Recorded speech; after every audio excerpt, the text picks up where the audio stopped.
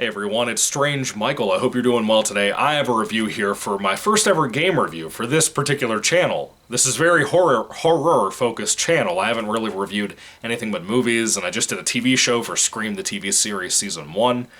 But I thought I would get into games and books and review this kind of stuff here when I have the time to review books, which isn't very often, but I do play a lot of games nowadays compared to what I used to. Anyway, one of my favorite games of all time that I found as a series in total back in like middle school was Silent Hill 2 for PlayStation 2. This series is getting harder and harder. Even the newest entries, Silent Hill Downpour from about 10 years ago, are getting so hard and so expensive to find. You have to spend a fortune on eBay to get a copy of these, which is a shame because it was massively popular. Things like Silent Hill 2 you should be able to find pretty easily, but once upon a time I found this and Silent Hill 3 at a GameStop. Pretty much my childhood GameStop that I went to all the time. I found both for about 40 bucks in total. And now I own the entire series. I've been obsessed with these since I saw videos of Silent Hill Homecoming, and since I ever saw the film back in 2006. Then I played Homecoming about my middle school years, probably about 2007 or 8, and I became hooked. Absolutely hooked. Loved these games, loved the series. Silent Hill 2 is like my second favorite of the series. It's incredible, it's absolutely art, it's beautiful, it's sad, it's depressing. I have so much to talk about with this game, and I'll get to that in a moment. My personal favorite is Silent Hill 4. This is usually most people's favorite of the franchise. I have not reviewed number 1 yet. This one came out in 2001. The original for PS1 came out in 1999. Really good game as well, but going from this, with the pixelated graphics for typical PS1 fodder, to going to this, that still looks incredible to this day.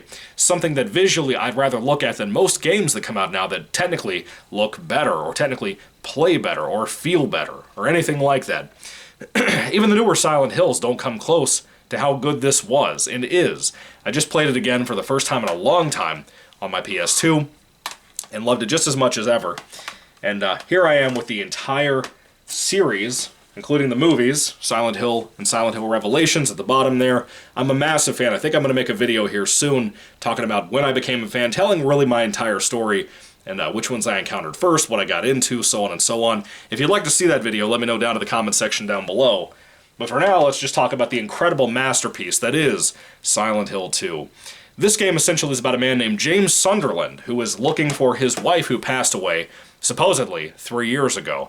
I know that sounds like a weird title, but he gets a letter in the mail that says, from his wife, Mary, I think is her name. Pretty sure it's Mary. There's another character in here named Maria, and I always mix the two names up. Mary sends him a letter in the mail that she's in Silent Hill and their special place, and apparently that was a hotel in Silent Hill that they used to go on vacation to, and James kind of freaks out. He's like, you know, this is creepy. She should be gone. I buried her. She's dead.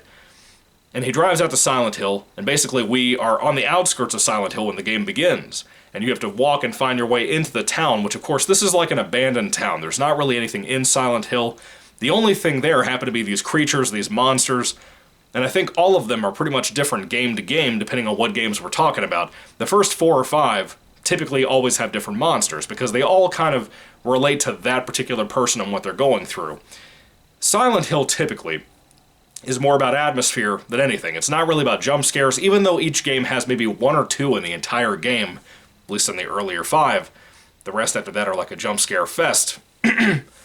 Silent Hill should, and typically always was back in the day, be about atmosphere. The music, man. The music is so just enveloping. It's better here than it was in Silent Hill 1, as good as that music was too. Same composer for the first 5 or 6 games, I believe the first 5, maybe 6, all the way to Homecoming, I believe. The music is always a winner for Silent Hill for me, typically. Shattered Memories probably being the weakest of those. Maybe at one point I'll rank the soundtracks or something, I don't know. But this game's music is just beautiful. I mean, it's like nothing you've never heard before in your entire life. It's creepy, it's sad more than anything. This game in general has this entire environment focused around sadness and creepiness. If you haven't played Silent Hill before, essentially when you're walking around the town, you have to find like secret passageways to get from one alleyway to another, because some of the streets are just completely destroyed and just bottomless pits of fog. The town itself is very filled with fog. Not just the monsters, but the fog out there.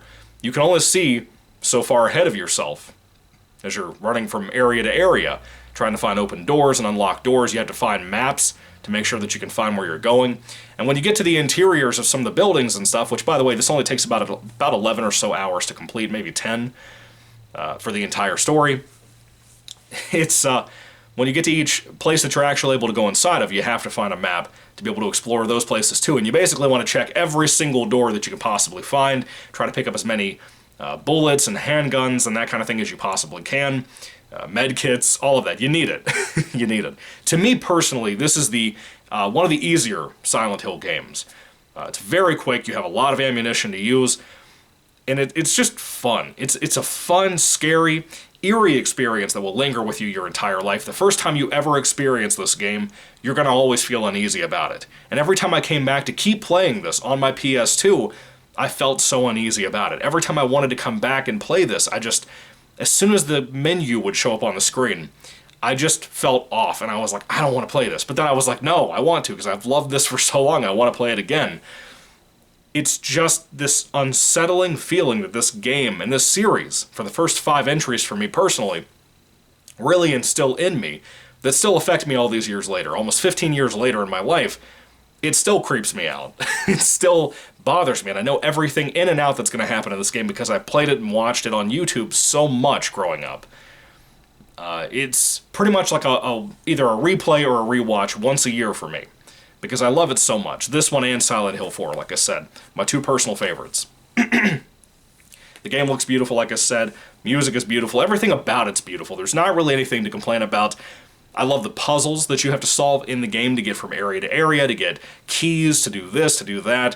Very smart in that regard. Very clever writing and design in that regard, too. And again, it's such a massive step up from what number 1 was in 1999.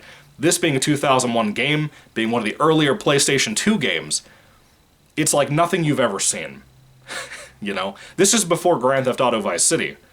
That's how special this is. That's how wild and crazy this is. This is before San Andreas. This changed survival horror into what it was. I know Resident Evil, a lot of people say this series stole so much from Resident Evil. It mainly took the tank controls that you use to control your character, but aside from that, it's very special. It's extremely unique, and I like it better than I've ever liked Resident Evil, essentially. I think Resident Evil 1, 2, and 3 can be good, but they don't come close to how good this series is, for me personally. Now, one of my favorite things that I have to complain about, I've always complained about this with these games, are the voice acting. The acting is not good. And I can't tell if it's supposed to be deliberate because of how broken a lot of it feels in the writing of these lines and these dialogues. It just feels like conversations are so dreamlike. Do you remember any of your conversations you've had in a dream with somebody and you woke up and you were like, that was such a weird conversation? That's what a lot of Silent Hill conversations feel like, at least in the first 5 games. After that, not so much. But the first 5 games, I can't tell if it's supposed to be a deliberate style choice or what. The voice acting is never great, and it feels like people who have never voice acted are picked for these roles, typically. Even though one character here plays another character in Silent Hill 3, a completely different character. But the voice acting is never great for Silent Hill. This is no exception. Silent Hill 2 has probably better voice acting than Silent Hill 1, but not anything great, if I'm being honest with you. It stands out, it feels very unnatural, it feels like people who have never written a conversation before are writing this. Very robotic, you know? Not a fan of that. I've never really been a fan of that. But if we're saying it's deliberate, if it actually is supposed to be deliberate, it matches that dreamlike, nightmarish feel that Silent Hill typically has.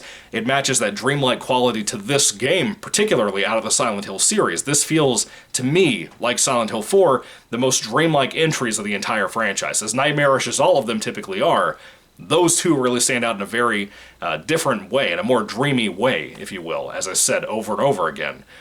This game is amazing. If you haven't played it, I really hope you can track down a copy or get one from a friend. If you can buy it or rent it from them, borrow it, whatever. If you can, you should, because Silent Hill is so special, dude. And again, the fact that these aren't even out where you can get them is depressing because of how great it is, how special it is, how fun and eerie it is. Now this year, too, we're also getting a Silent Hill 2 remake, kind of like they did with Resident Evil 2 and Resident Evil 3. I'm hoping that will be good.